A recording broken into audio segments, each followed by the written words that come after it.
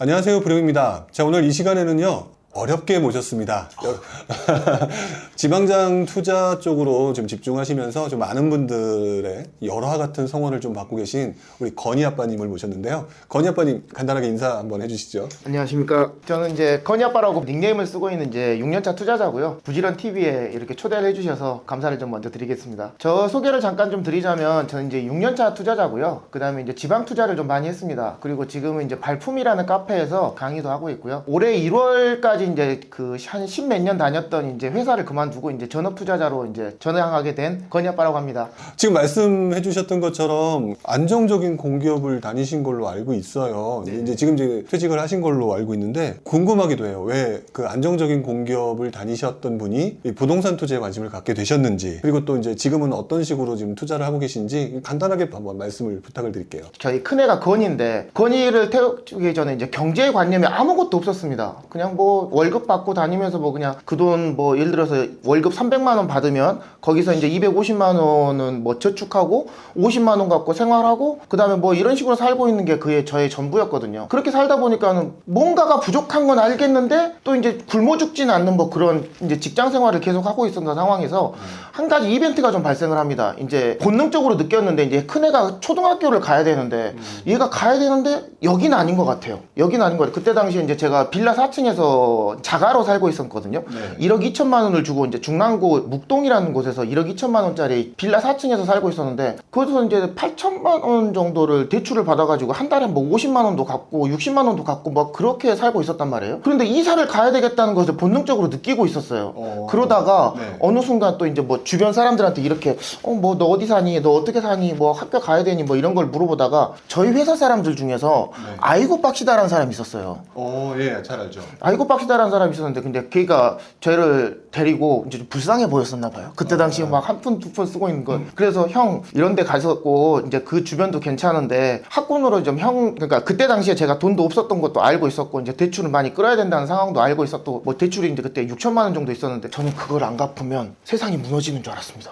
다들 그렇죠. 그러고 알았습니다. 네. 그래서 이제 그 아이고 압박이라는 애가 이제 저를 데리고 간 것이 일산 후곡 사단지였어요. 일산으로 형 여기 한번 가가지고 여기 학군으로 먹고 사는데 중학교까지는 괜찮고 그 다음에 이제 뭐 갔기 때문에 목동으로 다 넘어간대. 그러니까 그런 데서 한번 애기를 키워보는 게 어때? 라고 이제 저를 데리고 간 거죠. 신세계가 펼쳐진 거예요. 정말로 제 입장에서는. 네. 세상에 얼마나 말을 잘하고 얼마나 아파트를 잘 보고 얼마나 중개사 사장님하고 이게 기쁜 아파트가 되는지 제가 그걸 처음 봤습니다. 너무 충격이었어 그날. 그래가지고는 걔는 이제 저를 소개시켜 주려고 갔었는데 잠을 못 자겠더라고요. 그래가지고 그 다음날 가가지고 도장을 찍어버렸습니다. 네. 그게 시작이었어요. 아, 그게 시작이었다. 그게 시작이었습니다. 실거주 이사를 가고 싶은데 빌라에서 어디를 가야 되는지 몰랐고 그걸 소개시켜준 사람이 압박이었고, 그게 이제 또 한 1년 지나니까 또 한 1억이 올라온 거예요. 세상에 이런 세상이 있구나. 나도 이렇게 월급쟁이만 가지고서는 내가 내 인생을, 내 노후를 책임질 수 없겠구나. 내가 4인 식구를 책임질 수 있는 사람이 아니었구나라는 것을 그때 반성하게 됐죠. 그래서 입문하게 됐고요. 공기업을 이제 좀 제가 15년, 14년 다녔었는데요. 네. 이제 퇴직하게 된 경우는 이렇게 외부 활동을 하다가 이제 어느 순간에 선택의 기로가 좀 생기게 되더라고요. 안정적인 것을 원하느냐, 아니면 이제 좀 이렇게 나와가지고 자유롭게 가야 될 것인가. 네. 그게 이제 어느 순간에 양다리를 걸칠 수 있는 상황은 안 되었다고 보시고, 저희 선택은 이제 뭐 한 5개월 고민한 것 같아요. 저를 이제 아시는 분도 계시고 모르시는 분도 계실 것 같은데, 제 블로그에서 이제 저번 달, 그러니까 작년이죠. 작년 11월, 12월 달 보면 정말 부정적인 글만 맨날 올렸어요. 아, 내가 이거 가면 되나? 미래에 대한 불안감이 있다. 내가 조금만 목에 숙이면은 그냥 뭐 정년까지 다닐 수 있는데 내가 왜 지금까지 이렇게 나가야 되지? 라고 하는 그런 글들이 너무 많았거든요. 네. 뭐 이제 1월 달까지 그렇게 됐고, 그때 당시엔 너무 불안했긴 했었던 겁니다. 그래서 이제 선택의 순간이 돌아왔을 때 저는 이걸 선택했고요. 자유를 선택했고, 지금은 좀 만족하는 삶을 살고 있습니다. 어떻게 보면 선택을 했고 또 그 선택한 만큼 거기에 집중을 하셨다. 네. 이렇게 볼 수가 있겠죠. 네, 그래가지고 좀 열심히 한 면도 있었고, 이제 저희 스승님이신 이제 골목대장님이란 분하고 이제 좀 네. 많이 의견도 많이 나눴었습니다. 한 4개월, 5개월, 넌 열심히 할 거니까 잘 될 거다. 응원도 많이 해주셨고, 많이 응원해주시고 도와주신 분도 많이 있었고. 그러니까 주변에 도와주신 분이 참 많았네요. 네. 그 용기도 좀 북돋아 주시고. 그러지 않았으면 지금의 저는 없었을 것 같습니다. 그러면 제가 궁금한 게 있는데, 금방 처음에 관심을 가졌던 곳이 일산이라고 하셨잖아요. 네. 근데 일산에 관심을 가졌고, 아니, 가졌다기보다는 이제 누구의 소문을 붙잡고 갔었고, 그리고 난 다음에 이제 어떻게든 구입을 했고, 근데 이제 1억이 올랐어요. 이제 그리고 난 다음에 되게 많은 생각을 하셨을 것 같아요. 예, 되게 막 머리가 복잡하고 이거 앞으로 어떻게 되나 그런 고민을 하셨을 것 같은데, 그리고 난 다음에 지금 이제 알려지신 거로는 지방 쪽에 투자하시는 그 전문가로 굉장히 많이 알려지고 계시잖아요. 그 다음 전개 과정이 바로 지방으로 가신 거예요? 굳이 뭐 지방으로 바로 갔다는 표현보다는 이제 네. 그때 당시에 그러니까 사람이 그 이 투자를 하시면 이제 세 가지가 필요하다고 하거든요. 네. 첫째는 이제 마인드가 필요하거든요. 마인드가 있어야 되고, 또 그다음에 이제 체력, 그러니까 우리가 말하는 이제 실투금, 그리고 이제 버틸 수 있는 이제 건조라고 하나요? 뭐 그런 게 있었는데 셋 다 부족했습니다. 뭐 기겠죠, 기. 네. 일종의. 그런 게 셋 다 부족하다 보니까 서울 수도권이 너무 두렵더라고요. 그리고 또 그때 이제 제가 그랬을 때 압박이 이제 저한테 그런 게 많이 조언을 많이 해줬거든요. 형, 그런 데서 저기 지방 같은 데 내려가지 말고 지금은 서울 수도권이 맞다. 그러니까는 지금 마포 가고 그다음에 성산 쪽으로 가는 게 맞다. 그리고 찍고 같이 송파 찍고 강남으로 가자라는 의견을 많이 줬는데, 그걸 받을 수 있는 제 그릇이 안 됐던 것 같아요. 그때 당시에는요. 어차피 뭐 돈도 별로 없었고 그거 다 마이너스 통장을 끌어가가지고 이제 투자를 해야 되는 상황이었는데, 마이너스 통장 5천만 원 끌어가지고 5천만 원으로 내가 뭘 하지? 여기서? 근데 이제 서울 수도권에 투자를 할 수 있나? 그런 이제 퀘스천들이 많이 붙었고 고민이 많이 됐었고, 그러다 보니까는 서울 외곽을 많이 가보게 되더라고요. 일산이라든지 파주라든지 그리고 안성이라든지 이런 데를 많이 가보게 되더라고요. 그러다가 다시 또 눈길을 돌린 것이 이제 그때부터 지방이었던 것 같습니다. 그때부터 그러니까 결국에는 내 그릇, 기가 좀 부족했고 그 상황에서 가지고 있는 그 자금, 이거에 맞춰서 가장 효율적인 투자가 뭔가를 고민을 하셨던 거네요. 그래서 그때 당시에 이제 그 소위 말하는 갭 투자라는 것을 지금 그때 당시에 해보기 시작했는데, 지방에 내려가면은 전세가율에 해서 매매가하고 전세가하고 거의 붙어있는 지역들이 수두룩했습니다. 뭐 대표적인 지역들이 뭐 천안도 있었을 것이고요. 그다음에 청주도 있었을 것이고, 요즘에 뭐 잘 나가는 뭐 충주나 제천 구간 이런 곳들도 가보면 거의 대부분 뭐 500만 원, 1000만 원 정도면 그 살 수 있는 그런 것들이 많다 보니까, 아, 이런 데다가 내가 좀 투자를 좀 해봐야 되겠구나 라는 것을 그때 좀 느껴본 것 같습니다. 결론을 놓고 보면 그때의 방향성은 틀렸었어요. 그때 이제 지방장을 내려갔을 때는 저도 이제 강의를 하는 입장이라서 저희 투자했을 때 이런 말 해도 되는지 모르겠는데 자꾸 실패 사례를 많이 알려드리거든요. 첫째 장부터 이제 포트폴리오하고 그런 걸 가르쳐드리고, 그 다음에 제가 실패했던 사례들을 가르쳐주면서 그렇게 실패하지 않아야지 성공할 확률이 높아진다라고 얘기를 많이 드렸거든요. 그래서 제가 지방장에 내려갔었던 2017년이나 18년도에는 서울 수도권이 맞았다라고 저는 생각하거든요. 지금 지나고 나니까. 그리고 그 다음에 이제 수익률 구간이 맞아 떨어지는 이제 18년 이후 장부터 지방장이 맞았거든요. 저도 그 장을 좀 많이 올라탔다는 표현? 그게 이제 성공했던 이유 중에 하나가 아닌가 싶습니다. 그러니까 시장의 흐름에 올라탔다. 네, 그게 좀 맞았던 게 아닌가 싶습니다. 그럼 처음부터 성공했던 것은 아니었다는 말씀이시네요. 아니었습니다. 예를 들어서 이제 청주 같은 데 가가지고 이제 물량 구간이 상당히 많았습니다. 요즘에는 이제 데이터가 하도 좀 많이 발달한 상태고 이제 과거 데이터를 찾아보시면 아시겠지만 17년과 18년에 청주에 되게 물량이 상당히 많았어요. 광주도장도 많았고 천안장도 되게 많았고, 가보면 사람들이 너무 하락장을 오래 겪어보다 보니까 매매로만 사람들이 하지 않고 전세로만 살려고 하거든요. 그러면 매매가는 떨어지고 전세가는 계속 붙어주는 이런 상황이 벌어집니다. 그러다 보니까 사람들이 전세는 없고 매매만 되게 많아요. 그러면 매매를 하나 사게 되면 전세가 따라 붙어져서 거의 뭐 500에서 1000만 원? 어쩔 때면 뭐 풀피도 생기고요. 뭐 그런 장들이 계속 들어오는데, 그게 정말 저한테는 악이었던 것 같아요. 그거 한 대 사고 한 바퀴를 돌렸는데 역전세가요. 한 개당 뭐 한 5천씩 날라오는데 정말 감당하기가 너무 힘들었어요. 그런 시간은 좀 너무 지나갔었던 것 같습니다. 그러면은 지금 건희 아빠님을 처음 보시는 분 입장에서 생각을 해보게 되면, 건희 아빠님은 굉장히 지금 잘하고 있다, 투자를 잘해서 돈을 많이 벌었을 것이다, 이렇게 생각을 하기가 쉬운데 처음에는 흐름을 못 타서 역전세란도 맞고 되게 많이 고생했다는. 그러니까 저도 지금 원래는 굉장히 지방장에서 투자를 잘하시는 유명한 분이다 라고 생각을 했기 때문에 모셨는데, 처음 스타트는 실수에 역전세란 때문에 무지 고생을 했다. 자, 이런 말씀이시네요. 네, 그때 정말 힘들었어요. 그 사람하고도 막 많이 싸우고, 애들이 알아요. 집에 있으면 막 발발발발 이렇게 떨고 있거든요. 그러면 전화만 오면 막 그 어디서 왔는지도 모르는 그 전화가 막 그렇게 불안하고 두렵고 그랬었거든요. 그러니까 그때 당시에는 그렇게 좀 잘못된 방향의 투자를 좀 많이 했었던 것 같고요. 그렇게 해서 저도 이제 그때부터 좀 느끼기 시작했던 거죠. 내가 돈이 없다고 이렇게 내가 이런 방향으로 가는 게 맞는 걸까라고 해서, 그때부터 여러 가지 이제 조언도 들어보고 사람들도 만나보고 강의를 들어보면서 내가 내가 뭘 잘못했는지 그때 느꼈어요. 아, 내가 방향을 잘못 잡구나. 방법은 그다지 중요하지 않습니다. 테크닉 어떻게 하고 뭐 전세가 얼마, 저기 뭐 페인트 좀 칠하고 뭐 형광등 갈고 그런 거는 그다지 중요하지 않아요. 그런 거는 뭐 나중에 이제 길게 보면 그냥 그때 지나가는 찰나의 순간이었는데 그런 것만 너무 중요시했던 거죠. 뭐 이제 수리를 얼마 해가지고 얼마 깎았네, 그게 그다지 중요하지 않고 방향이 지금 이 도시에 이 상황에 내가 이것을 들어가게 되면 천안장이 상승장으로 갈 상황인지 바닥장으로 갈 건지 아니면 지금 내가 버텨야 될 장인지 그런 거를 볼 줄 아는 안목이 없었던 것 같아요. 너무 억울해가지고 제가 블로그에다가 그때 적어놨는데 청담대교 지나면서 제가 울었다니까요. 눈물이 너무 나더라고. 아, 내가 지금까지 정말 열심히 살았는데 내가 왜 실패하는지 그때 알았거든요. 그때부터 제 포트폴리오를 바꾸기 시작했습니다. 소액이더라도 좋은 소액으로 가야 돼. 그러니까 상승 여력이 있는 곳으로 가는 소액으로 가야지 물량이 이렇게 버티고 있는 이런 갭충이들이 많은, 그러니까 뭐 사기만 하면 뭐 500도 되고 1000도 되고 그런 곳에서 힘들게 사는 이런 방식이 아니었구나라고 그때 느낀 것 같아요. 그런 식으로 좀 방향 전환을 이어갔었던 것 같습니다. 그럼 지금 지방장에 관심을 갖는 분들이 은근히 많잖아요. 네네. 되게 많은데 그분들 같은 경우 저도 이제 얘기할 때마다 되게 이제 아차 싶은 것 중에 하나가 지금 표현을 하셨던 캡 500, 뭐 캡 1000 이것만 가지고 접근하시는 분들이 상당히 많거든요. 네네. 그러면 그거는 지금 본인이 경험하기로는 절대 그렇게 해서는 안 된다. 지방도 양극화가 지금 상당히 심하게 지금 되고 있는 것 같아요. 이제 KB 시세 이제 그거 통계들을 보면 잘 나가는 지역과 그 다음에 안 나가는 지역들이 극단적으로 지금 갈리고 있습니다. 예를 들어서 이제 강원도 지역이라든지 전북 지역 그리고 이제 충청도 일부 지역 같은 경우에는 상승세를 계속 이어져 가야 될 이제 그런 뭐 그 흐름을 좋게 갈 때 뭐 그런 것들이 계속 보여지고요.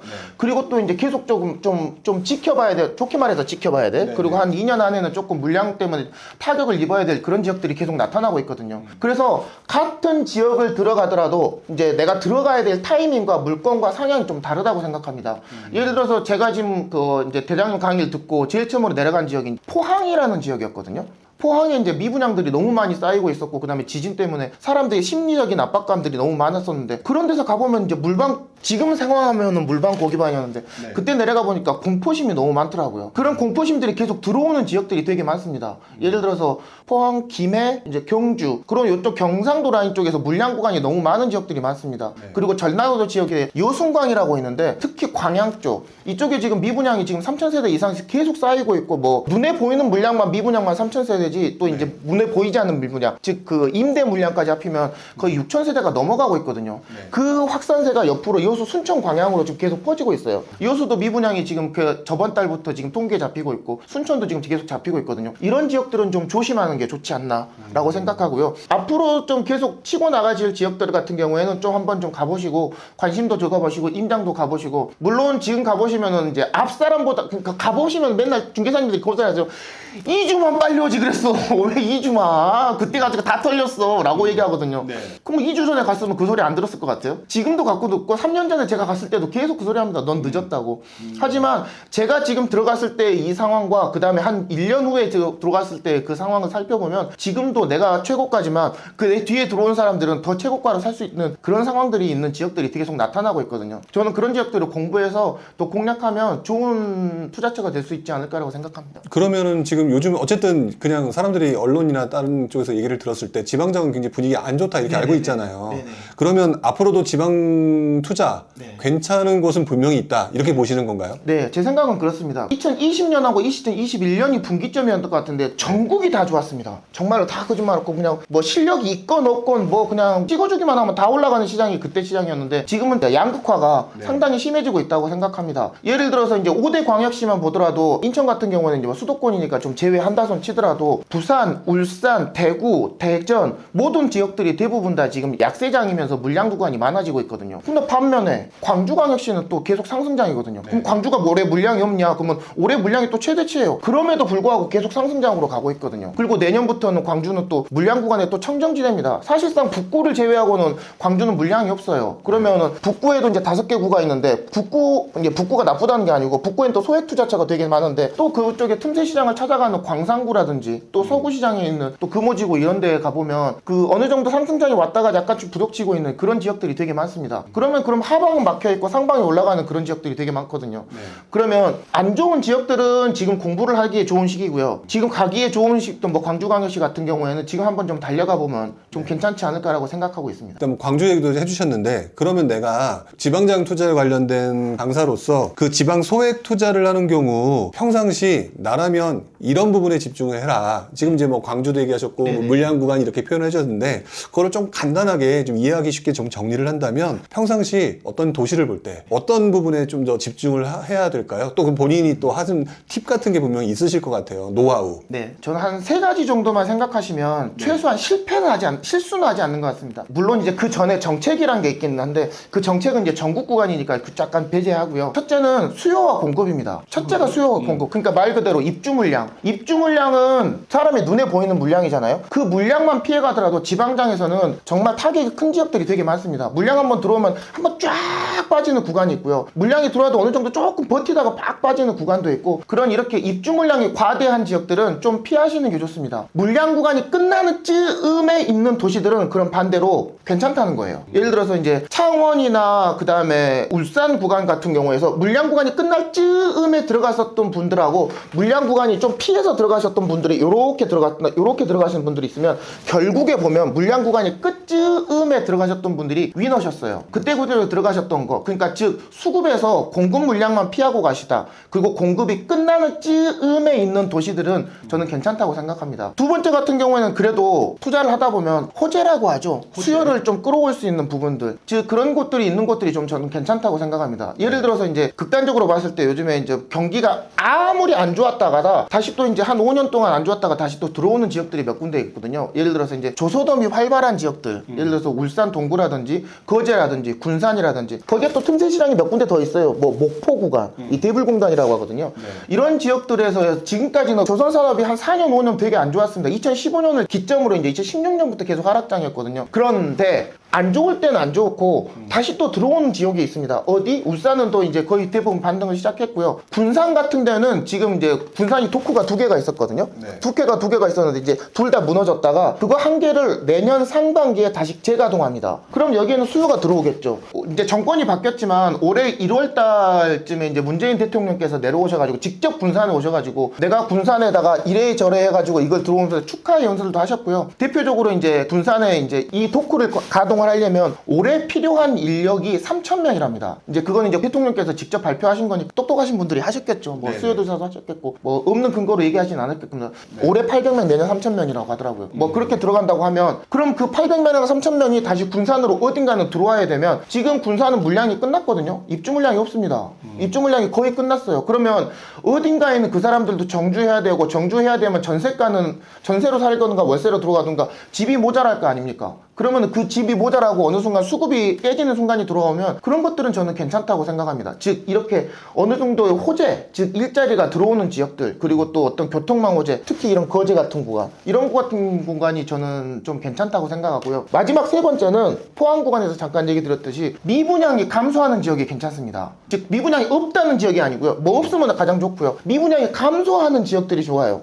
미분양이. 그래서 미분양이 증가하는 지역들은 그 지역들이 이제 분양이 잘 안 되고 이제 부동산 시기가 별로 안 좋다는 얘기거든요. 그러면 그런 지역들이 이렇게 올라가는 지역들에서는 좀 아무것도 하지 않고 그냥 모니터하면서 공부하는 기간으로 좀 놔두시고요. 이게 최고점을 어느 순간에 찍습니다. 세상에 어디든 올라가거나 내려가는 그런 구간은 없거든요. 어느 순간 올라갔으면 내려가는 것처럼 미분양도 어느 순간 정점을 치면 그 다음부터는 분양을 안 해요. 분양을 안 하면 어느 순간 서서히 이렇게 떨어지는 부분도 있고 갑자기 떨어지는 부분도 있는데 이렇게 미분양이 좀 줄어드는 지역이 좋습니다. 그래서 제가 그 지방 미분양 쪽에 이제 투자를 좀 많이 했는데요. 첫 번째 지역이 이제 포항이었고 그때 당시엔 솔직히 이게 베팅은 해볼만 하다라는 정도였지 이렇게 잘 될 줄 몰랐죠. 이렇게 몇 억씩 오를 줄 몰랐죠. 이제 알았으면 여러 개 많이 샀겠으면 이제 그거는 결과론적인 문제고. 그래서 미분양이 감소하는 지역에서의 미분양 투자는 저는 괜찮다고 생각합니다. 그래서 즉 이 세 가지 수요 공급에서 공급 물량, 두 번째 수요, 그리고 마지막 세 번째 이렇게 미분양이 좀 감소하는 지역들은 저는 그거 세 개만 지키셔도 저는 절대 지방 투자에서 실패하진 않는다고 생각합니다. 그러면 제가 다시 한번 정리를 하면 결국 이 세 가지가 수급이다. 그 다음에 호재가 들어올 만한 곳이어야 된다. 그 다음에 미분양이 감소하고 있는 것들을 모니터링을 계속 해야 된다. 그런 지역이면 거의 실패를 하지 않는다. 이렇게 지금 표현을 해주셨어요. 근데 갑자기 지금 포항 얘기하시니까 네. 갑자기 생각이 든 건데 그래서 그때는 포항이 좋았잖아요. 네네. 근데 지금 요즘에 포항이 미분양이 늘어난다는 네. 얘기를 하고 있어요. 네. 그러면 지금은 안 좋은 건가요? 그때는 옳았고 지금은 틀리다란 말이 있거든요. 근데 뭐 반대로 그때는 틀렸는데 지금은 맞다라는 말이 있습니다. 네. 시장이 살아 숨쉬듯이 계속 움직입니다. 네. 그때 당시에 예상은 했겠지만 지금은 지금 다시 시장이 바뀌었다면 그때에 적응해서 투자하는 게 맞다고 생각하거든요. 제가 당시에 그때 포항에 미분양이 많았던 두서 SK를 주소로 갔을 때는 그때는 맞았어요. 그때 분양이 맞았지만 그게 끝나고 이제 상승장으로 들어오면서 이제 대장주들이 이제 5억 구간에서 6억 구간째 찍어버리니까 그다음부터 분양 물량이 들어오기 시작합니다. 그런데 이때 분양 물량도 이제 두 가지로 정리하면 되는데 구도심에서 재건축 재개발로 들어오는 물량이 있고요. 택지로 들어오는 물량이 있습니다. 이제 요거는 조금 사람들이 버틸 만한데 이거는 문제예요. 지금 이제 KTX 이제 역사 개발 사업이 있고 판타시티라는 곳이 있습니다. 그 물량이 너무 많아요. 그것도 한 달 분양하고 또 그 다음 달 분양하고 분양하고 그 다음 달 분양하고 그러니까 좀 간격을 두고 분양을 하면 좀 이해도 좀 미분양도 없어지고 그 다음에 또 이게 수급이 좋아지는데 갑자기 밀어붙이고 있거든요. 갑자기 밀어붙인다는 것도 입주할 때 또 한 방에 또 같이 들어와서 아마 이제 2년 후에 이제 포항에 이제 물량 최대 구간이 들어가는데 그때 되면 외곽 물량 때문에 포항 구도심 쪽에 있는 이제 구축들이라든지 어느 정도는 타격을 입지 않을까 저는 그 생각합니다. 그러니까 제가 들어갔을 때는 그때 상황이 맞았지만 지금의 상황은 시장이 좀 바뀌었어요. 그러면 이제 조심스럽긴 합니다만 저도 포항에 물건 있어요. 저도 포항이 잘 됐으면 하는 사람이에요. 저도 지금 포항을 좀 고려하시는 분들이 계시다면 좀 보수적으로 보시거나 아니면은 좀 한 바퀴 좀 쉬어가는 타임이라는데 그 물량 구간을 벗어날 수 있는 테크닉으로 접근하시는 게 저는 맞다라고 생각합니다. 결국 포항이라고 하는 곳이 무조건 좋다 나쁘다가 아니라 그 시기에 따라서 좋고 나쁨이 결정되는데 본인은 미분양이 줄어들고 있고 역시 또 포항의 호재들을 봤기 때문에 들어간 거고 지금 현재는 조금 물량이 늘어나는 구간에 접어들 가능성이 높아서 지금은 조금 애매할 수 있다 이렇게 판단을 하는 거네요. 저도 이 부분에 대해서 굉장히 중요하다라고 보는 게 많은 분들이 어디가 좋다라고 하면 계속 좋은 줄 아세요. 네, 맞습니다. 그러니까 아마 강의를 하시다 보니까 그런 거 되게 많이 느끼시잖아요. 그냥 찍어달라고 생각하는 감정이다 보니까 내가 포항에 투자했어. 그러면 포항이 좋은가 보다. 그런 경우 되게 난감하셨을 것 같아요. 네, 맞습니다.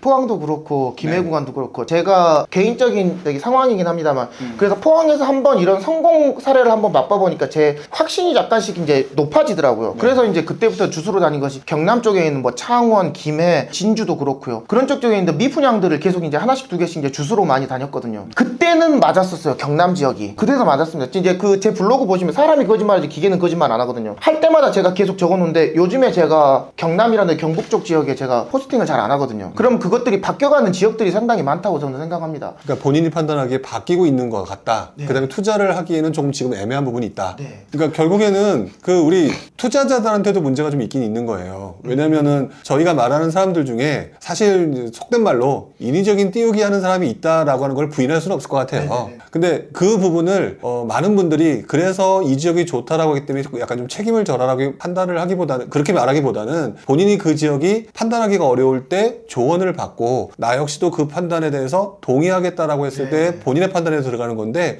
그거를 무조건 얘기하기는 사실 저도 투자하다 보면 엄청나게 실수하거든요.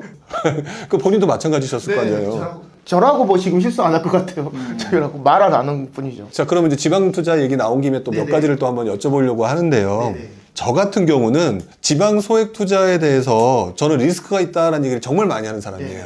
자, 그랬더니 많은 분들이 그런 얘기를 하세요. 야, 불용은 지방 투자 싫어해. 또 불용은 지방 투자가 되게 부정적이야. 지방 투자 하지 말래. 근데 저는 지방 투자의 리스크라고 하는 거를 그냥 일반화해서 얘기를 하는 거지 지방 투자가 무조건 나쁘다는 의미로 얘기했던 건 아닌데 많이 그렇게 받아들이시거든요. 자, 그러면 지방 투자에 관련돼서 리스크가 있다라는 얘기를 할 때 가장 많이 나오는 얘기 중에 하나가 인구예요. 네, 맞습니다. 뭐 보면은 어떤 분들은 이런 말 하시잖아요. 인구 50만 이하는 하지 마라. 맞습니다. 어느 이하는 절대 가지 마라. 본인도 그런 기준이 있으세요? 아니면 본인은 그거에 좀 유연하게 대처하시는지 그런 게 좀 궁금해요. 결론부터 말씀드리자면은 이제 인구수에는 그렇게 큰 의미를 두지는 않고요. 방금 마지막 이야기하셨던 것처럼 어느 순간에는 처음에 들어갈 때는 그 기준이 좀 있었습니다. 저라고 뭐 처음부터 잘했겠습니까? 여러 사람들의 의견을 좀 들어보고 이제 다른 선배님들의 의견도 들어보시면 사람들이 항시 얘기하는 게 이제 인구 지방 투자할 때 인구수 얘기했거든요. 그래서 제가 제일 처음에 내려갈 때는 광역시가 아니면 쳐다보지 마라 그랬어요. 100만 이하면. 그런 게 어느 순간 들어오더니 그러면 인구 80만 정도는 괜찮지 않냐? 포항이나 청주 같은 지역. 그리고는 어느 순간 보니까 또 인구 50만까지는 괜찮지 않냐라고 50만까지 내려오더라고요. 그러더니 어느 순간 2020년 정도 돼 보니까 인구 30만으로 내려오대. 인구 30만 미만까지는 쳐다보지 말고 뭐 휘둘린다 위에 가지 말라더니 지금 보세요. 이제 기준 같은 경우에는 저기 뭐야 청주가 80만이고 충주가 20만이거든요. 제천이 13만입니다. 그 세 개 도시 중에서 단 한 군데도 안 오른 곳이 없나요? 그건 어떻게 설명할 건데요? 지금 같은 경우에는 인구수가 물론 중요합니다. 중요하다고 하지 절대적이진 않고요. 제가 생각해 봤을 때는 지금의 이제 그 지방 투자를 할 때는 이제 이것만 생각하시면 될 것 같아요. 대장주의 절대 가격이에요. 절대 가격. 그 지역에서의 그 실거주가 받아주는 그 절대 가격. 예를 들어서 가격이 3억대냐, 4억대냐, 5억대냐. 이 절대 가격이 싸냐, 비싸냐에 제가 들어가는 기준이 되더라고요. 예를 들어서 이제 충주가 이제 지금 6억, 5억 구간이고 제천이 4억 구간이거든요. 그럼 제천이 2억 구간 있을 때는 사람들이 쳐다보질 않습니다. 근데 제천이 4억 구간이 되니까 사람들이 이거 그냥 재건축 재개발 되겠는데 하고 물밀듯이 들어가거든요. 그래서 이제 물론 인구수가 변수 중에 하나더라고 생각하지만 지금의 상황에서는 흐름이 바뀌었어요. 흐름이 바뀌어서 어느 순간에 지금 이제 뭐 원자재 값도 많이 바뀌었고 인건비도 많이 올라갔고 이제 84를 기준으로 봤을 때 신축 아파트가 3억 5천 미만으로 분양, 그러니까 아무리 땅값이 싸고 아무리 뭘 임대를 한다고 뭐 싸구려를 갖다 놓는다 손 치더라도 3억 5천 미만으로는 분양할 수가 없대요. 신축 아파트를. 아무리 뭐 산골짜기 분양을 하더라도 그럼 기준은 3억, 예를 들어서 아무리 인구 10만의 미만이라도 거기에 분양한 아파트는 3억 5천 이상은 나올 것이고 그러면 그 이상 것들에 대해서는 재건축 재개발에 대해서는 이제 수익성이 나온다고 생각하는 거죠. 그래서 그 지역의 대장주 값이 얼마냐, 그리고 분양값이 얼마냐, 그리고 우리가 접근해야 될 그 수익 구간이 얼마냐가 중요하지, 옛날처럼 뭐 이제 인구 10만 뭐 5만 뭐 이런 식으로는 그거는 좀 기준치가 좀 약해진 것 같다라고 저는 생각합니다. 그럼 인구수에 대해서 신경을 쓰기보다는 그 지역의 대장주의 절대 가격을 좀 보면서 판단하는 게 맞다라고 생각하신다는 거네요. 네. 그게 저는 지금의 트렌드에는 맞는다고 생각해요. 뭐 이제 물론 3년 전이나 4년 전의 트렌드에서는 안 맞았을 수도 있습니다. 그때는 틀렸지만 지금은 인구수보다는 지금의 절대 가격, 그리고 이제 분양 가격, 그리고 분양했을 때 이제 그쪽에서 실거주에서 받아들이는 그 강도, 그게 중요하다고 저는 생각합니다. 그렇게 하면서 이제 많이 돌아다니시면서 이제 많은 곳을 투자를 하셨어요. 투자를 하신 것 중에 약간 좀 짓궂은 질문이신데 처음에는 좀 실패를 했는데 나중에는 좀 괜찮게 하셨단 말이에요. 그 중간에 삐끗하신 적 있으세요, 없으세요? 아우, 눈물이 엄청 많습니다. 왜 꼽습니까? 예, 제가 여쭤보는 이유는 많은 분들이 자꾸 이제 우리 부동산 얘기를 하시는 분을 약간 허상을 갖고 보는 분들이 좀 많다라는 생각 들고 또 한편으로는 본인도 하다 보면 여러 가지 실수들도 할 수 있을 거라는 사람이니까 할 수 있잖아요. 그렇게 해서 많은 곳들이 성공하고 뭐 포항도 괜찮았고 뭐 김해도 괜찮았고 그런데 분명히 실수한 것들도 있을 것 같다는 생각이 들어요. 솔직히 한번 사람들한테 얘기를 한다면 예를 들어서 이거는 내가 실수했다 이런 거 있으세요? 왜 없겠습니까? 저러고 막 수두룩하고. 그리고 이제 제가 그 지방 투자를 하면서 이제 투트랙 방식으로 어느 정도 투자를 했는데요. 이제 첫 번째가 이제 방금 얘기했던 것처럼 미분양이 떨어지는 지점쯤에 있는 이 미분양 투자를 좀 많이 했고요. 그리고 이제 그게 좀 어느 정도 바뀌고 들어와서 이제 반등하는 지역, 예를 들어서 청주나 천안 쪽 이렇게 가서 반등하는 지역은 A급은 못 사더라도 B급은 비싸고 C급 지역, 이런 그 지역들에 이런 것들 갭 투자도 많이 했거든요. 한 가지 사례를 설명드리자면 이제 경북의 영천이라는 지역이 있습니다. 영천 있죠. 대구 구간이 상당히 안 좋아요. 지금도 안 좋았고 아직도 안 좋았지만 거기에도 미분양이 있다고 해가지고 법인도 해준대요. 괜찮네. 그리고 또 그 가격대를 봤더니 또 3억 원저리니까 절대 가격도 괜찮네. 언제 3억 정도에 이제 제가 미분양을 투자했을 때는 대부분 이제 3억 원저리 좀 뭐 3억 천 뭐 요 정도밖에 안 됐으니까 그 정도면 뭐 한 1억 정도는 먹겠네 하고 들어갔는데 현장을 가봤는데요. 현장을 가보고 3단을 가보고 저는 제 돈 들어갔을 때는 절대적으로 그 지역을 다 들어보고 제가 판단을 하거든요. 계약금을 넣어놓은 상태에서 공부가 안 된 상태에서 분양 상담사가 이제 괜찮아요. 빨리 물건 떨어져요. 빨리 하나만 잡어. 일단 500 넣어라고 하길래 잠깐만 있다가 제가 그때 둘째 가인이랑 그때 키즈 카페 갔다가 들어오면서 갑자기 전화 받아가지고 누워있다가 힘 빠져있는데 갑자기 넣으라고 하길래 그게 맞나? 공부를 안 하고 알아보지도 않고 내가 모르는 상태에서 그걸 한번 넣은 적이 있거든요. 실제로 내려가 봤더니 아직은 아니었어요. 아직은 아니었고 그때 6.17 전이었거든요. 그래가지고 잠깐만 이거 아닌 것 같은데 내가 왜 여기다가 이걸 사가지고 3억을 하고 3천을 넣어야 되지? 그때보다는 그러니까 그때 판단은 막 옳았죠. 0천보다는 저는 그때 그 진주에 그 미분양 잡으러 갔었으니까요. 그거 진주는 맞았고 이제 0천은 아니었던 거예요. 그러니까 그 지역을 모르는 상태에서 내가 공부도 되지 않았고 하지도 않은 상태에서 이제 이런 걸 들어가게 되면 이건 아니다 생각하고 그때 빨리 좀 손절했었던 경우가 한 번 있었고요. 그러니까 많이 손해 보진 않았죠. 그리고 이제 손해를 좀 많이 본 경우 같은 경우에는 좀 쪽팔리긴 한데 오히려 그렇게 말씀해 주시는 게 더 진실될 것이라고 생각이 들어요. 그런 부분을 얘기를 해 주시는 것이 뭐 새롭게 이제 들어오시는 분들한테도 건희 아빠를 믿을만 하다라는 생각을 가지고 또 공부하는 데 도움이 되지 않을까라는 생각이 들기도 하네요. 이런 생각을 좀 하게 되는 거죠. 이제 시장이 바뀌어가면 그 밖에서 그때 당시에 전입 들어갔을 때 이제 접근 전략은 맞았어요. 그게 예상하는 출구 전략도 맞았고 근데 가운데 가보니까 정책이라든지 어떤 대외 변수라든지 이런 것들 때문에 한 대 얻어맞는 경우가 많거든요. 예를 들어서 이제 그 원주에 양운해안이라는 아파트가 있습니다. 되게 안 좋은 아파트로 인식이 되게 안 좋거든요. 제가 원주에 지금 총 5개 물건 갖고 있는데 이제 2개는 신축이고요. 2개는 뭐 갭 투자하고 하나는 뭐 재개발 지역인데 그때 정신에 들어갔을 때 미분양이 되게 많았어요. 많아가지고 이제 원주 더샵을 이제 세팅해 놓고 그 다음에 밑으로 내려오면서 단계주공 사고 원주 더샵 사고 그 다음에 이제 여기 외곽 지역에 분양권 하나 사고 그 다음에 이제 여기 밑에 있고 보니까 양운의 안에도 괜찮은 거예요. 걔가 가지고 있는 첫째 장점이 뭐냐면 옆에 송전탑이 있더라고요. 송전탑 송품화라고 합니다. 사람들이 정말 싫어하거든요. 그래서 쌌어요. 2억 6천? 잠깐만 더샵이 4억 구간인데 얘가 2억 6천이면 너무 싼 거 아니야? 상관없고 그 다음에 또 그때 가보니까 이제 줍줍할 수 있는 그런 상황도 많이 들어오거든요. 그런데 얘가 한번 그러니까 저는 그거를 그 단지가 지금은 많이 올랐죠. 지금은 양운의 알을 욕하는 사람이 단 한 명도 없습니다. 지금 한 2억 올랐거든요. 아무도 욕하지 않는데 그때 당시엔 그렇게 욕을 많이 하더라고요. 욕하니까 나도 잘못됐나? 그런 생각을 가지고 있던 찰나에 규제가 터집니다. 규제가 터지니까 갑자기 속절없이 이제 시세가 곤두박질 치기 시작하는 거죠. 그런 곤두박질 시기가 이제 딱 3번 정도 와버리니까 그때는 저도 어쩔 수 없이 멘탈을 붕대지 못하고 던져버리는 경우가 생겨나더라고요. 그래서 좀 아쉬운 사례가 좀 많이 있는 것 같아요. 그때 전세 못 맞추고 막 계약금 환불해주고 그러니까 제 잘못은 아니었지만 이제 그 전세 계약한 사람들 그분들은 잘못이 없잖아요. 그렇죠. 나도 잘못은 없지만 이제 버텼으면 됐지만 이제 그런 것들 막 배액배상 해주고 그리고 돈도 좀 많이 손해해주고 뭐 그런 경우도 좀 많이 있었습니다. 아쉽죠.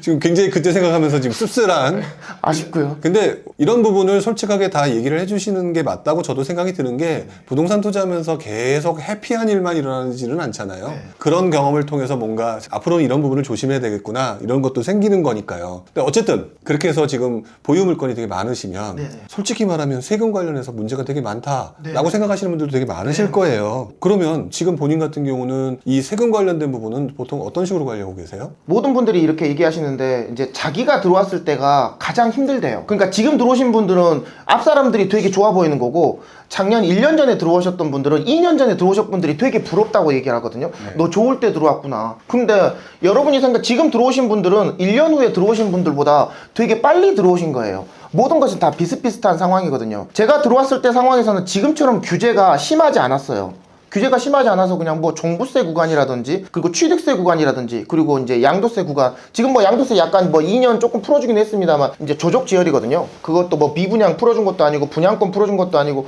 또 이제 입주권하고 분양권에 대해서도 2년 뭐 그런 거는 제가 오직 갭투자권에서 2년만 했으면 조정지역에서 그 일반과세 해주겠다 그거 지금 하나만 풀려있는 상태거든요. 기대감이 높은 건 사실입니다만 그런 크다 상황에서 내 물건을 늘려가기에는 한계가 좀 있습니다. 그런 것은 이제 그 사람들의 포트폴리오라고 하거든요. 그래서 자기의 포트폴리오를 어느 정도 정립하고 가셔야 돼요. 그 포트폴리오는 뭐에서 나타나냐면 자기의 상황에서 나타납니다. 예를 들어서 지금 같은 경우에는 개인당 포트폴리오 그래서 제가 가장 중요한 것은 취득세, 보유세, 양도세가 있거든요. 취득세, 보유세, 양도세인데 저는 이게 가장 중요하다고 생각해요. 보유세. 버티면 되는데 사람들이 버티질 못하니까 던져버리고 던지니까 아깝고 아까우니까 또 뭐 그 시세가 돌아올 때까지 지키질 못하는 거거든요.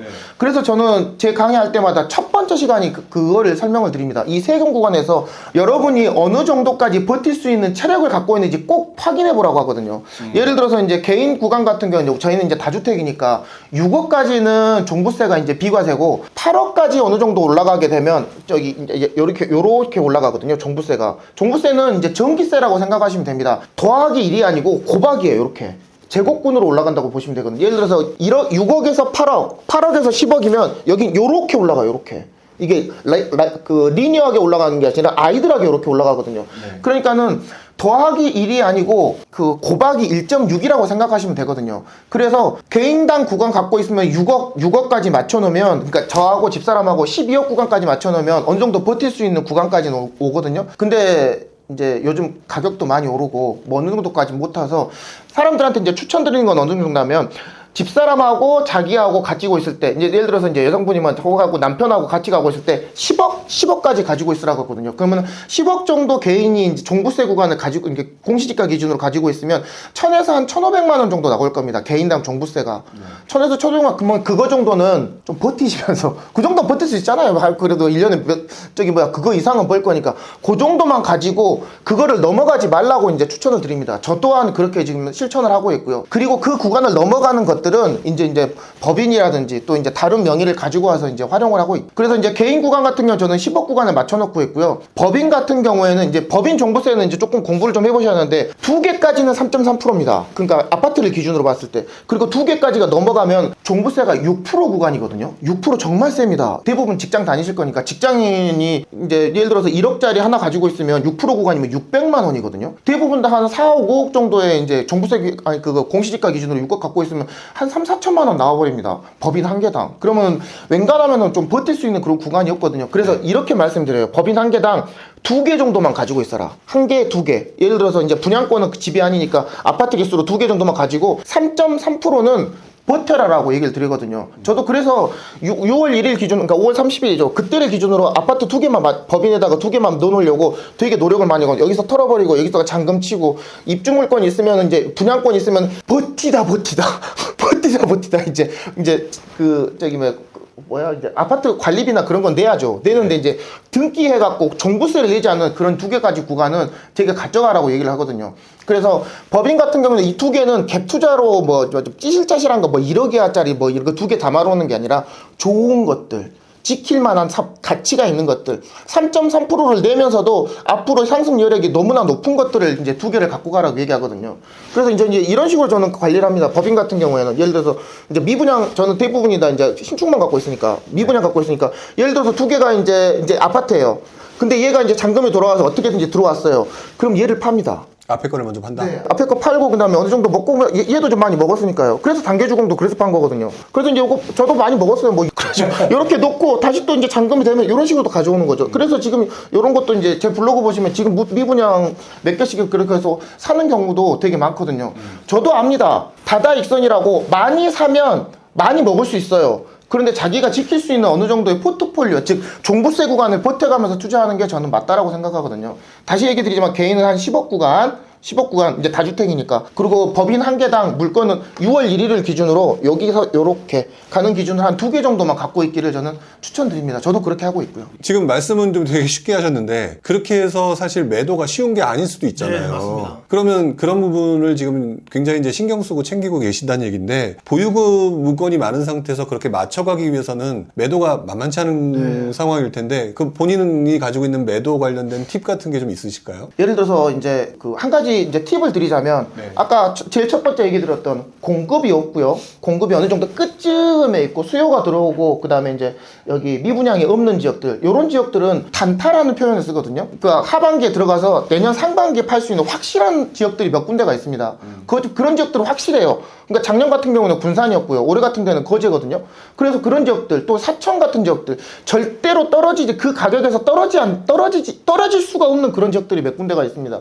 뭐 진주의 으름을 받고 있는 사천이라든지 거제라든지 통영이라든지 이런 데는 물량도 없고, 그 다음에 좀 호재는 들어오며 수요는 확실하게 들어오는 그런 이제 확보된 지역들이 있으면, 그런 거 같은 경우에는 이제 1개 내지 2개 정도 사는 거죠. 그리고 이제 그때 당시에 또 어느 정도 팁을 드리자면 갭이 적어야 돼요. 갭이 적어야 돼요. 이렇게 갭이 좀 적어놓고 그 다음에 밖에 들어왔을 때 2년이 안 되니까 예를 들어서 이제 전세가 뭐 폭등했거나 매매 가격이 어느 정도 벌어졌을 겁니다. 그러면 2천 내지 3천만 원 정도의 갭으로 2천 내지 3천만 원 정도의 갭으로 지금 현재 나와 있는 시세보다 한 1,000에서 2천 정도로 좀 싸게 내놓으면 팔립니다. 누구한테? 내 후속타들한테요. 그리고 이제 그 사람들 같은 경우는 이제 매수하는 사람들 입장에서는 또 그런 어떤 명의라든지 그런 것도 종료해가서 들어왔겠지만 일단 매매가보다 싸고 1년 자기가 전세를 세팅하지 않아야 되는 그런 장점들이 있거든요. 기브 앤 테이크가 어느 정도 필요합니다. 이제 그런 정도에서 이제 테크닉으로 하나씩 요렇게 그런 식으로 이제 많이 저는 투자를 하거든요. 작년 같은 경우에는 이제 뭐 그렇지 군산이죠. 분산도 들어가고 익산도 들어가고 이제 저기 뭐 전북 구간이 계속 괜찮으니까요. 이제 에코시티 물량 끝난 뒤로 전북 지역은 거의 청정지대입니다. 그렇고 들어오니까 이제 거기서 지금도 이제 그래서 이제 그 전주가 이제 계속 각광받는 이유 중에 하나거든요. 그래서 이제 그런 팁 같은 거 자신만의 포트폴리오와 테크닉을 가지고 들어가시면 그리고 나머지는 솔직히 감당해야죠. 누가 지켜주는 것도 아니고 자기가 자기 포트폴리오와 자기 투자는 자기가 책임을 져야 되고 책임지지 못할 투자가 됐으면 손절을 하셔야 되고요. 포기하시면 됩니다. 손절도 해봐야 되고 눈물도 나봐야죠. 세상에 또 국한 거가 어디 있습니까? 저라고 그렇게 들어갔는데 안 물리는 또 지역도 청주 구간 또 저기 뭐 가경동 구간 뭐 이런 것들도 조금씩 물려가지고 뭐 싸게 털기도 하고 그렇거든요. 뭐 다 성공한다는 건 아닙니다만 나머지 지역에 한 타율은 한 7할 정도 되는 것 같아요. 나머지 3할은 감당하셔야죠. 그거는 감당해야 됩니다. 무조건 매도에 뭐 완벽하게 100% 수익을 낼 수 있는 그런 건 없으니까 적정하게 그다음에 아까 처음에 얘기하셨던 그 세 가지 구간 이제 수급, 호재, 그다음에 미분양 감소 지역 이런 것들을 적절히 활용하고 그다음에 매도를 할 때 적절하게 가격이 그 현재 시세 대비 조금 더 싸게 이렇게 해서 하면은 매도에는 크게 문제는 없다. 이렇게 볼 수가 있겠네요. 네, 그렇게 해가지고 어느 정도 들어가 보니까 지금은 좀 이제 좀 그렇게 많이 여러 번 돌려보니까 이제 감이 온다 그런가. 설명은 잘 못하겠는데 답답하게 너 사라고는 말은 못하겠지만 나 정도까지는 감당하겠다라는 그런 지역들은 계속 모니터하고 있고 좀 싸게 매수하고 있습니다. 지금 보면 우리 젊은 분들 네네. 서울 수도권은 진짜 못하겠고 그러니까 딱 2, 3천 들고 그냥 지방을 가야 된다라고 하는 얘기만 하지 사실 지방에 어떻게 하는 그런 노하우는 전혀 모르잖아요. 그분들한테 조금 더 쉽게 얘기해 주실 만한 그런 어떤 노하우 같은 게 혹시 더 있을까요? 그런 분들 되게 많이 오세요. 요즘에 MZ세대라고 하셔가지고 이제 2030분들이 건희 아빠님 저 뭐 예를 들어서 2천 갖고 있어요, 3천 갖고 있어요, 와서 좀 찍어주세요, 저 공부해 볼래요, 뭐 이렇게 오시는 분들도 계시는데요. 다른 분들하고 저는 좀 방향이 좀 다릅니다. 방향이 좀 달라요. 그분들이 자기의 실력을 잘 모르고 자기의 가치를 잘 모르시는 분들이 되게 많은 것 같아요. 예를 들어서 요즘에는 이제 규제가 하도 심하다 보니까 명의가 곧 돈이고 그 명의의 가치가 되게 높아지는 순간이거든요. 지금 이제 규제를 풀어준다고 윤석열 정부에서 이제 규제 완화 정책으로 가고 있습니다. 규제를 완화해 준 게 아니거든요. 완화를 해준 게 아니면 지금 상태의 규제 상황에서 자기네 포트폴리오를 찾아가면서 변화시키는 게 맞다라고 생각하거든요. 그럼 이제 그분들이 저한테 와가지고 이제 우리 회원님은 명의 있어요? 그러니까 명의 있대요. 저기 돈 얼마 갖고 있어요? 그러니까 모아놓은 돈 3천만 원 있어요. 빚 있어요? 뭐 대출 받아본 적 있어요? 없대요. 그러면 지금 어떻게 살아고 그랬더니 무주택이래요. 통장 있어요? 그러면 얻고 있대요. 그럼 왜 청약을 안 해보고 나한테 왔어요? 라고 내가 물어보면 청약을 뭐 몇 번 넣어봤는데 그러니까 공부를 제대로 안 하신 거예요. 그러신 분들이 대부분 저한테 오신 분의 90%는 그런 분들이에요. 90%나 돼요? 90%는 대부분 다 자기의 가치를 자기의 명의가 얼마나 소중한지 잘 몰라요. 건희 아빠님 그거 사천에 미분양 사셨다면서요? 저도 샀어요. 그러면 너 명의 썼어? 그랬더니 명의 썼대. 거기다가 그걸 왜 써? 평택 하단데 그거 물량 나오는 거 그거다가 쓰라니까. 건희 아빠님이 사라고 하셨잖아. 사라고 했지. 그걸 남는 명의로 써야지. 네 명의를 써버리면 어떡하냐. 너 지금 무주택 날라간 거 아니냐고. 뭐 그렇게 좀 안타까운 경우가 되게 많거든요. 그러면 저는 이제 그분들이 왜 왔는지 알아요. 그 절박함도 알고 자기가 벼락거지라는 것도 압니다. 그러면 이제 딱 까놓고 저는 이렇게 얘기합니다. 그러지 말고 청약 쪽으로 가라고 저는 돌려보내드려요. 이제 제가 그 청약에서 실패했던 얘기? 언제, 뭐, 많은 분들한테 도움이 되면 언제든지 좋죠. 제가 투자를 처음 시작했을 때 그거 빌라 4층에서 살고 있었거든요. 그게 이제 1주택이었지만 주택수는 안 들어가는 공시지가 8천만 원 미만의 주택이다 보니까 주택수가 없이 무주택이었어요. 무주택이어서 이제 그 여러분들이 오시는 그 아까 MZ세대가 온 것처럼 3천만 원밖에 난 없는 줄 알았어요. 내가 돈이 없는 줄 알고 막 여기저기 기웃거리다가 경매로 춘천에 석사중 2단지라는 구축 아파트가 있어요. 거기를 경매로 낙찰을 받아가지고 제가 결론을 얘기하면 7투금 1,000만 원을 놓고 1년 만에 3천만 원을, 그러니까 1년 만에 그 세입자가 나갔거든요. 나가가지고 그 3천만 원을 제가 벌었어요. 1,000만 원 넣고 3천만 원을 벌었거든요. 네. 당시에는 정말 신세계였어요. 내 손으로. 와, 이런 거구나. 이거 2개만 하면 내 연봉이네? 뭐 이런 얘기가, 이런 생각이 드는 거. 뭐 비용 처리 다 하고 나니까 뭐 3천, 2천 얼마인가가 내 손에 쥐어지는데 네. 너무 신세계였거든요. 저는 그게 제 청약 무주택 특공 가점 48점짜리를 날려버린 순간이라는 걸 저는 몰랐어요. 제 주위에 아무도 그걸 얘기해 준 사람이 없었고 저도 들으려고 노력하지도 않았었던 거죠. 네. 그러니까는 저의 그 명의를 얼마나 소중하게 써야 되는지 이런 방향성, 투자의 방향성, 포트폴리오의 중요성을 알려주는 사람이 아무도 없었거든요. 지금 생각해도 열받아 죽겠어요. 그거 뽑고 차라리 그거라도 위라도 놓든가 마포 놓든가 아무거라도 넣었으면 지금까지 이 고생 안 하고 살아도 되는 거거든요. 지금 오시는 분들의 그 모습에서 저의 그때의 상황이 보여져요. 그러니까 저는 이렇게 얘기하거든요. 그럼 또 가라면 또 안 가. 컴퍼니 괜찮아요. 나 지금 1,000만 원만 있으면 되니까 이거 놓고 2,000만 원만 먹게. 그거 뭐 하나만 찍어주세요. 내가 못 찍어줘서 안 찍어주는 게 아니고요. 여러분의 명의를 그런 데다 쓰는 게 너무 아까워서 못 찍어주는 거예요. 그럼 저는 이렇게 얘기하거든요. 그러면 청약 쪽으로 가서 거짓말하고 1년만 해봐라. 1년만 해보고 와가지고 여러분이 안 된다고 하면 내가 그때 2,000만 원 갖고 4천짜리 먹어줬으니까 내가 너 정말 세팅해 주겠다. 그건 내가 책임지고 해주겠다라고 저는 표현을 하거든요. 그게 90%예요. 근데 1년 안에 오신 분 단 한 분도 없었어요. 한 분도 없었어요. 그래서 이제 그런 것들을 가지라고 저는 얘기를 드리고요. 너무 안타까워서. 그리고 이제 나머지 10% 같은 경우에는 이제 이렇게 얘기를 드리고 싶어요. 예를 들어 명의 다 쓰시고 자기가 또 저희 같은 이제 좀 이제 뭐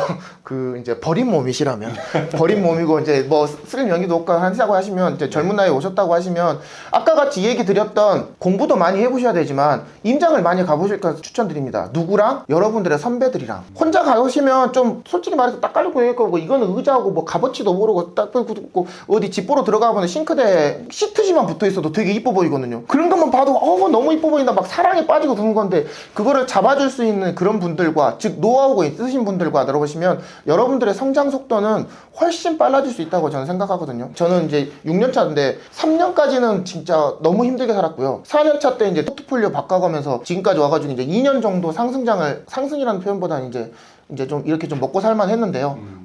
지금은 먹고 살만 한데 이제 그때까지 오기까지 제가 왜 잘못했는지 그런 것들을 보면 나를 끌어주고 나를 흡혈시켜주는 사람들 잘 못 만난 것 같아요. 그래서 여러분 주위에 뭐 물론 조바심 나는 거 압니다. 여러분 뭐 1년 안에 굽고 난 벼락 꺼진 거 갖고 하지만 여러분들도 10년을 놓고 20년을 놓고 생각해 보면 지금에 있는 1,000만 원, 2,000만 원이 그렇게 큰 돈은 아니라고 생각하거든요. 그러니까 1,000 놓고 2,000 먹는 게 중요한 게 아니고 그런 사람들과 같이 어울리고 그분들의 마인드를 배워보시기를 저는 추천드립니다. 그러니까 특정 어느 지역이 좋다 나쁘다 얼마를 벌 수 있냐가 중요한 게 아니라 지금 자신의 상황에서 가장 효율적인 전략을 세워야 되는 거고 그리고 난 다음에 그 전략 속에서 뭔가 경험을 또 얻어야 되고 이런 부분인데 지금 우리 안타깝게도 젊은 분들 중에서 또 그것들을 지금 올바른 방향을 제대로 가지 못하는 분이 많다. 들어보면 막 숨 넘어가는 분도 계시고.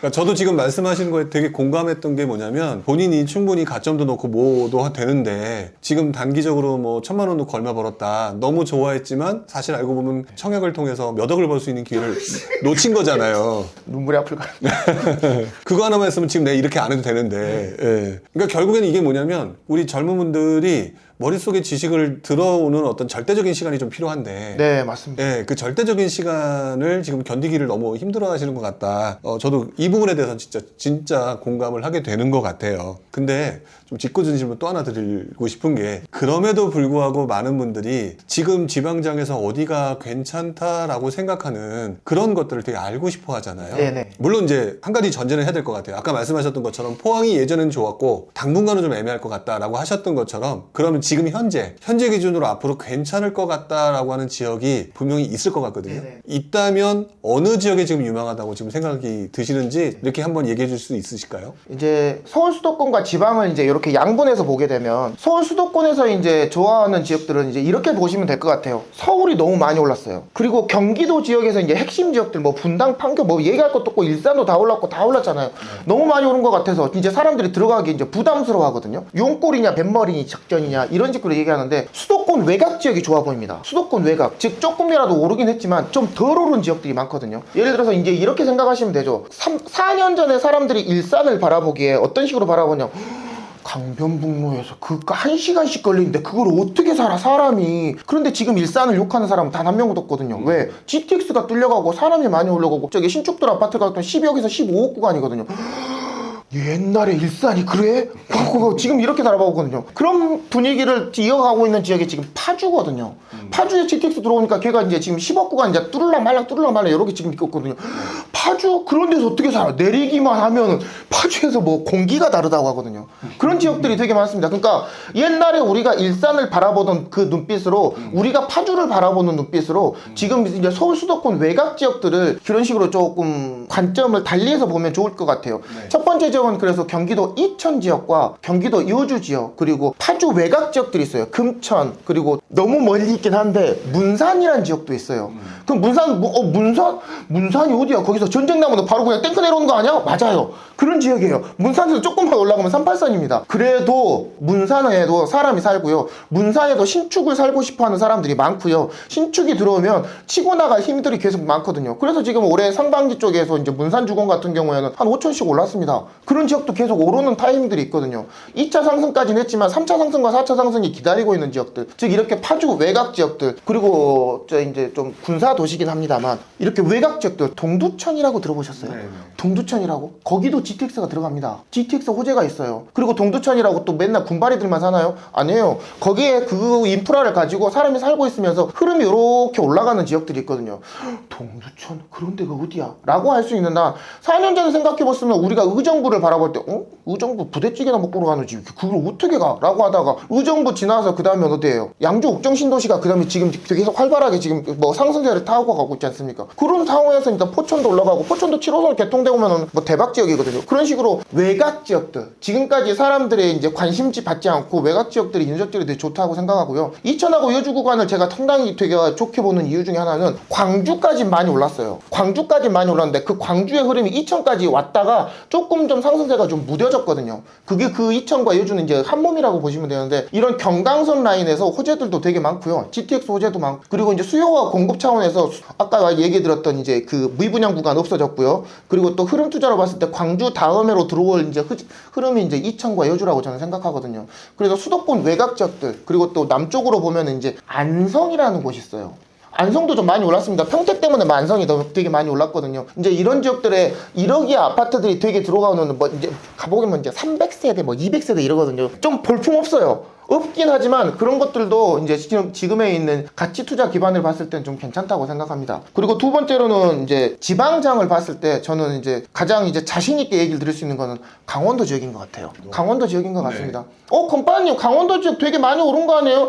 속초에 뭐 속초 디오션 자리가 막 12억 한다면서요. 어머 세상에 그런 데를 어떻게 투자하라는 거예요? 맞아요. 많이 올랐어요. 그러니까는 대장주를 사라는 게 아니고요. 그 대장주로 인해서 주거 입지가 개선되고 주거 입지가 개선되면서 뭐 상권이 들어오고 학군이 성장하며 그런 지역들을 계속 옆에서 있던 구축 아파트라든지 1억이 아파트 그리고 또 5층 저층 아파트들이 되게 많거든요. 예를 들어서 이제 속초 같은 경우에도 그렇고 강릉 같은 경우에도 보면 강릉에 이제 5층 저층 아파트들은 대부분 다 지금 1억 구간이 넘었습니다. 뭐가 1억 구간? 실거래가 1억 구간이 넘었지만 아직도 공시지가 1억 미만들이 되게 많거든요. 강릉의 롯데캐슬이 지금 7억에서 8억 구간으로 넘어가는데 걔라고 10억 못 가겠습니까? 그럼 걔가 10억 구간 가면 차후에 들어오는 신축들 같은 경우는 이제 5억에서 6억 구간이거든요. 그러면 재건축에 대한 투자 수익성은 어느 정도 받쳐준다라고 저는 생각합니다. 그래서 그런 것들 5층 저층 아파트 그리고 그 옆에서 이제 그 5층 저층 아파트를 따라갈 만한 구축 아파트들 그런 것들도 저는 괜찮다고 생각하고요. 마지막으로 이제 원주 쪽에 보시면 원주도 중심부가 많이 올랐어요. 많이 올랐습니다. 이제 더샵도 많이 올랐고 단계주공도 많이 올랐고 이제 뭐 원동주공도 그렇죠. 원동주공에 있고 원동 위쪽에 있는 아래 이런 재개발 지역들도 이제 계속 약진을 해서 그런 대장지를 투자할 만한 지금 타이밍은 아닙니다. 이제 제가 들어갔을 때는 그걸 들어갔어야 될 타이밍이고요. 그걸 들어갔어야 될 타이밍에서 저는 많이 먹었어요. 저는 불만이 없어요. 근데 그 주변에 그 신축이 들어오고 공원이 조성되고 인프라가 들어오고 대단지 뭐 더샵 뭐 프라자 GS 자이가 들어옵니다. 그러면은 그 옆에 있는 지가들은 같이 올라갈 수밖에 없거든요. 그 옆에서 따라가는 구축 아파트들이 있어요. 자기는 가만히 있는데 옆에 공원이 들어오고요. 그 옆에 저기 뭐 프라자 상가가 들어오고 옆에 이제 대장주 들어있는 아파트 상권이 들어오면 학원으로 성장하게 되고 그 옆에 있는 당연히 따라가는 입지가 되지 않을까 저는 그렇게 생각합니다. 그래서 이제 저는 이제 원주 투자할 때 이제 작년까지 하고 이제 올해 초반까지 이제 그런 곳 투자했고요. 이제 원주 외곽 지역에 이제 분양 물량이 좀 있는데 원주는 미분양이 없어요. 마지막 미분양이 이제 태장동이라는 곳에 있었는데 태장동에 있는 미분양이 이제 대원 칸타비라 같은 아파트 같은 경우에는 지금 뭐 작년 같은 경우는 8사가 막 2억 6천에 분양하고 그랬거든요. 아무리 봐도 싼 거야. 근데 지금 그런 거 주스라고 하면 이제 용기가 좀 안 나지 않습니까? 사람들은 원주 사람들은 태장동 되게 무시하고 되게 안 좋게 생각하거든요. 그러니까 서울로 보면 뭐 이제 강남 사람들이 중계동 보듯이 저런 데서 사람이 살겠어 뭐 이런 마인드로 보고 있거든요. 근데 중계동 안 오르나요? 오르잖아요. 노원구 안 오르나요? 오르잖아요. 거기도 마찬가지라는 거죠. 흠과 타이밍에 따른 다른 거지. 태장동도 어느 정도 이런 굴곡골 갖고 있는 지역 중에 하나거든요. 그럼 요렇게 해서 반등한 어느 정도 요 정도 온 것 같아요. 요 정도. 그럼 지금 들어가더라도 이렇게 빠지는 상황은 아니고 이렇게 올라갈 수 있는 가능성이 저는 높다라고 생각합니다. 물론 이제 전제 조건이 좀 필요한데 저도 느끼는 거지만 무섭죠. 그런 C급 지역들을 들어가기가 좀 무섭죠. 가보면 뭐 볼 것도 없고 할아버지도 술 먹고 있고 뭐 담배 피고 앉아 있고 뭐 사람은 없고 뭐 그렇고 주위에 깔려 있는 건 논밭이고 뭐 그렇죠. 그래서 좀 용기가 좀 필요한 건 사실입니다만 내가 투자를 안 하더라도 가상 투자를 좀 해볼지라도 그런데 한번 가보셨으면 좋겠습니다. 일단 역시 그것도 경험이겠네요. 경험이라고 하는 차원에서 말씀하신 것처럼 내가 실제로 투자 못하겠으면 모의 투자라도 해봐라. 네네. 뭐 이렇게라도 말씀을 하시는 거고. 네. 그러면 아까 그 말씀 속에서 그 나왔던 얘기 중에 공시지가 1억 미만 얘기를 또 하셨었어요. 네네. 공시지가 1억 미만에 대해서 굉장히 관심이 지금 아직까지도 많으시잖아요. 네네. 그러면 이런 것들 아직도 유효하다고 지금 보시는 건가요? 일단 그 유효하다는 전제 조건은 맞고요. 네. 결론은 유효하다는 전제 조건 맞는데 너무 많이 오른 지역들은 좀 패스하시는 게 좋습니다. 예를 들어서 작년 같은 경우에 C급 지역에 있는 아파트들의 1억 이하였으면 지금은 B급이 돼 있어요. 가격이 많이 올라 있습니다. 그러면 그 C급 밑에 있는 D급 아파트들이 조금 있거든요. 그럼 그런 것들이 지금의 C급이거든요. 그러니까 관점이 조금만 달리하면 예를 들어서 요거 같은 경우는 뭐 계단식에 뭐 갭투를 들어가게 되면 뭐 1,000만 원이면 샀다면 지금 요런 거 같은 경우는 뭐 계단식이 아니라 복도식 아파트에 나홀로에 이런 아파트들이 지금은 투자 타이밍이라는 거죠. 사람들이 많이 걱정을 합니다. 1억이야 취득세가 풀려버리면 이제 1억이하는 찬밥이 되는 거 아니냐라고 물어보시는 경우가 되게 많은데요. 이제 경우의 수에 따라 다르겠지만 지역마다 다르겠지만 그게 맞을 수도 있고 안 맞을 수도 있거든요. 맞을 수도 있고 안 맞을 수도 있는데 일단 투자자 관점에서는 이제 행운이라고 볼 수는 있겠지만 이렇게 보시면 될 것 같아요. 이제 지방을 기준이에요. 지방 1억 이하에 대해서 이제 살펴보시면 청주 복대동이라는 곳이 있어요. 복대동은 한번 뭐 이제 옛날에 제가 투자 많이 했던 것도 있는데 걔네가 1억이 넘어가면 저는 사줄 사람이 없다라고 생각했거든요. 방금 얘기하셨던 것처럼 1억이 넘어가는데 누가 사겠어 이걸 실거주가 아니면 안 받아줄 거 아니야 라고 생각할 수가 있는데요. 입지의 힘과 그 다음에 그 주위에 있는 실거주의 힘 그리고 인프라의 힘이니까 계속 그 1억이 넘었음에도 불구하고 계속 상승을 하더라고요. 이러면서 그러면 복대동이 상승하니까 하복대가 상승을 하고요. 하복대 1억 이하의 1억이 넘은 아파트들이 다 상승하고 하복대가 상승하니까 이제 가경동에 있는 1억이 넘어가는 아파트들도 지금 뭐 2억 구간으로 계속 접어들고 있거든요. 뭐 이렇게 보면 이렇게 생각할 수 있는 것 같아요. 1억 이하더라도 1억이 넘어가더라도 이런 입지가 변화하고 주거 환경이 변화하고 물량 구간이 없어지면서 실거주가 받아주는 지역들은 저는 괜찮지 않을까라고 저는 생각합니다. 좀 두리뭉실하다는 걸 알아요. 그런데 지금의 현재 상황에서 기다 아니다라고 보기에는 좀 무리수가 많고요. 입지가 좋은 곳에서의 내가 이제 투자 전략과 접근 전략과 이제 출구 전략을 가지고 있다면 저는 아직도 1억 이하는 괜찮은 투자처라고 생각합니다. 근데 지금 말씀하신 청주 같은 경우는 나름대로 입지 자체는 되게 좋은 거잖아요. 그러면 청주의 1억 이하, 아까 뭐 C급, D급이라고 하셨는데 예를 들어서 뭐 아까 제가 초반부에 얘기했던 인구 뭐 10만 이하에 1억 이하. 네네. 그러면 일단 청주의 1억 이하가 낫다. 이렇게 받아들여도 될까요? 예를 들면 네. 한 50% 정도 맞는 것 같아요. 그때도 상황에 따라 다 다를 수 있다. 후자 쪽에서 말씀하시는 것 중에 이쪽에서 이제 물량 구간이 없어지는 그리고 이제 호재도 좀 있고 호재가 없어도 돼요. 이제 물량 구간이 없어져 인구 10만 미만은 이제 뭐 호재가 그닥 크진 않더라고요. 그래서 이제 이런 것들 같은 경우에는 저는 괜찮다라고 생각합니다. 대표적인 지역이 사천이에요. 경남 구간에서 사천이요? 그거 어디 뭐 삼천포라는 데나 그거 어디서 뭐 낚시나러 다는 데 아니에요? 맞아요. 그런데도 이렇게 요즘에는 뭐 데이터가 너무 잘 돼 있으니까 흐르는 지역이 이렇게 굴곡이 있더라는 거죠. 이렇게 진주의 물량이 들어오면 사정없이 떨어지다가 진주의 물량이 끝나자마자 지금 대장주하고 B급하고 BC급, 그러니까 A급하고 BC급들 진짜 진주 푸르지오 같은 경우는 지금 반등을 시작해서 전고점을 찍어버렸습니다. 그러니까 이런 식으로 사천의 A급들이 지금 계속 인구 10만이긴 한데 이런 것들은 A급들 그 전고점 찍어버렸고요. B급하고 C급들은 이런 구간을 가지고 있어요. 요렇게. 그러면 저는 A급 이제 그 지역을 봤을 때 오르냐 안 오르냐 봤을 때는 일단 A급 갔으니까 B급하고 C급도 갈 거라고 저는 생각하거든요. 네. 그러니까 저는 이런 거 추천하는 거죠. 지금 타이밍에서 사천의 A급 사라 아니에요. B급하고 C급을 들어가야 될 타이밍이라고 생각하는 거죠. 그래서 물량 없고 방금 1억 이하고 취득세 구간이고 하방이 막혀있는 이런 곳 지역들은 저는 한번 좀 고려 좀 해봐도 괜찮다라고 저는 생각합니다. 그래도 지방 쪽에서 워낙 많은 곳을 돌아다니면서 나름대로의 어떤 기준이 명확하시다는 생각이 드는데 마지막으로 그럼 이제 질문을 질문을 좀 드려야 될 것 같은데 지금 그러면 건희 아빠님께서는 지방장 투자에 대해서의 유효성은 계속 인정을 하고 계시고 충분히 벌 때는 있다라고 생각을 하시는 거잖아요. 저희 그 부지런 카페에서 요번에 특강을 좀 해주시기로 되어 있으시잖아요. 자, 그렇다면 본인께서 요번에 마지막으로 건희 아빠님께서는 이번 특강 때 어떤 것에 포커스를 맞춰서 얘기를 해주실지 잠깐 소개를 해주시고 그리고 오늘 이야기를 좀 마치는 걸로 한번 해보려고 해요. 한번 간단하게 좀 소개 좀 시켜주시죠. 이제 일단 이렇게 좀 부지런 카페에서 이렇게 건희 아빠라는 사람을 초대해 주셔서 이제 되게 감사드리고요. 관심해 주신 것에 따라서 이제 저도 이제 보답을 좀 해드리려면 이제 고민을 좀 많이 해봤습니다. 부령님께서 저를 찾아주셨는데 부령님만으로도 충분하신데 이 눈높이를 어떻게 맞추지라고 이제 생각한 경우가 많았는데요. 일단 첫 번째 같은 경우에는 이제 특강을 듣거나 강의를 들어오시는 분들은 이제 어느 정도 공부가 좀 되셨던 분들이 오실 가능성이 저는 많다라고 생각합니다. 물론 초보분들도 많이 오셨을 것 같고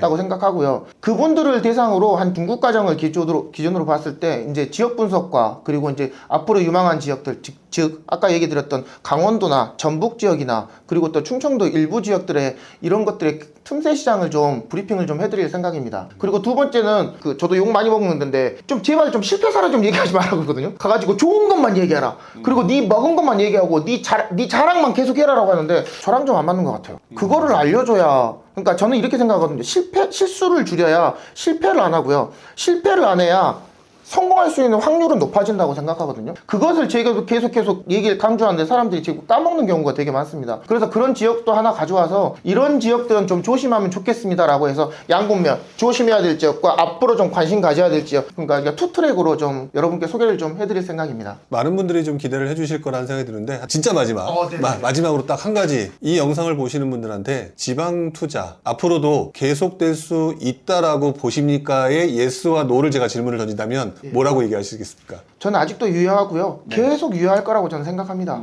지금 같은 경우에 예스 올 노, 대답은 예스고요. 영원한 상승도 영원한 하락도 없다고 생각합니다. 제가 경남 지방에 이제 미분양 투자하러 갔을 때는 그때는 이제 바닥 짚고 올라오는 계속 4년 동안 하락하고 4년 반 동안 하락해서 올라오는 그때 울산 구간, 울산 동구, 남구, 문수로 아이파크 그런 지역들이 계속 3억 5천 구간, 3억 6천 구간 뭐 비싸봤자 4억이거든요.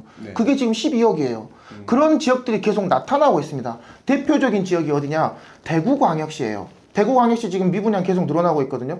액면가로는 지금 2,300세대 이제 2월달 기준으로 미분양이 2,300세대지만 실제로는 그것보다 훨씬 많거든요. 훨씬 많아요. 이렇게 미분양이 늘어나는 지역들은 좀 관심 가지면 아무것도 하지 마셔야 되거든요. 좀 손절도 좀 하셔야 되고 하여튼간 뭐 포트폴리오로 가져가셔야 되지만 그게 언제까지 안 좋느냐? 그러진 않다고 보는 거죠. 그럼 그게 또 어느 정도 정점이 돼서 하락폭이 어느 정도 이렇게 바닥을 들어가고 요런 지역들이 있으면 그때 되면 내가 지금 투자할 만한 뭐 여건이 되시는 분도 계시고 명의가 있으신 분도 계시지만 지금 당장 내가 투자를 못할 상황이 좀 있거나 돈도 좀 없고 명의가 좀 어느 데 써야 돼가지고 기다리신 분도 계실 거 아닙니까? 그럼 그때를 준비해서 지금 공부해 놓고 상황이 왔을 때 한번 들어갔을 때 들어가면 여러분들은 선점의 기회를 건희 아빠 같이 선점의 기회를 가질 수 있는 타이밍을 볼 수 있는 상황이 된다고 저는 생각하거든요. 그래서 지금같이 이제 대구같이 이제 대구는 저는 한 2년 정도 들어가도 된다고 생각하거든요. 이제 2년 정도 후에? 네, 2년 정도 후에 된다고 생각하거든요. 지금 이제 수성구의 미분양이 멈췄어요. 수성구의 미분양 증가량이 멈췄습니다. 그리고 이제 동구의 이제 신암지구 쪽에 있는 미분양들도 거의 대부분 멈췄고요.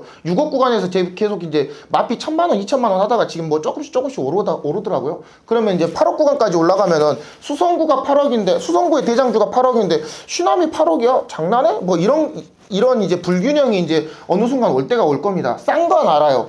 그런데 이제 출혈이 크거든요. 그때 되면 몇 년 후면 뭐 수성구는 못 놓더라도 동구 가면 되고요. 동구 못 놓치면 서구 가면 되고요. 서구 가면 남구 가면 되고요. 남구 다 놓치면 달서구 가면 되거든요. 달서구 테크노폴리스 가면 되거든요. 그러니까 이런 식으로 A급 못 가면 B급 가면 되고 B급 못 가면 C급 가고 대구 놓쳤으면 경산 가면 되고요. 경산 놓쳤으면 하양 가면 되고요. 하양 놓쳤으면 여기 또 가면 되거든요. 여러분들이 이 바닥에서만 계속 남아 계신다고 하면 지금 여러분들이 앞사람보다 늦었지만 뒷사람보다는 훨씬 빠르다는 것을 느끼게 해드리겠습니다.